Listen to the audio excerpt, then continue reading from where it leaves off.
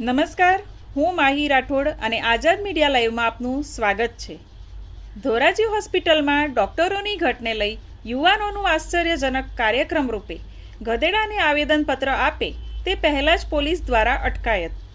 હાલ ઘણા સમયથી ધોરાજી સરકારી હોસ્પિટલમાં ડોક્ટરની ઘટને લઈને અનેક વખત આવેદનપત્ર આપવામાં આવ્યા છે, ત્યારે વિવિધ સામાજિક અગ્રણીઓ દ્વારા રજૂઆતો કરવામાં આવી હોવા છતાં કાયમી ડોક્ટરોની નિમણૂકને લઈ કોઈ કાર્યવાહી ન થતાં લોકોમાં ભારે રોષની લાગણી જોવા મળી હતી અને જો આગામી 15 દિવસમાં ડોક્ટરોની નિમણૂકને લઈ કોઈ કાર્યવાહી કરવામાં નહીં આવે તો આરોગ્ય મંત્રીનું પૂતળું દહન કરવામાં આવશે। રિપોર્ટર વિશાલભાઈ વડિયાતર, આઝાદ મીડિયા લાઈવ, ધોરાજી।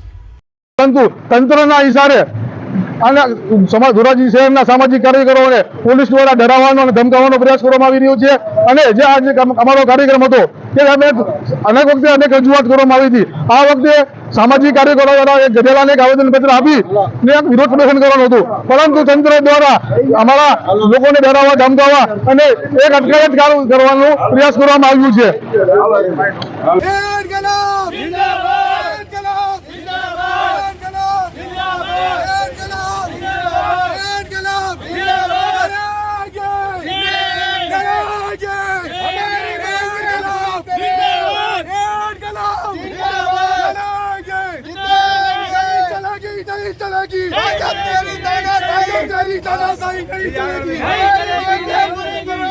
सरकार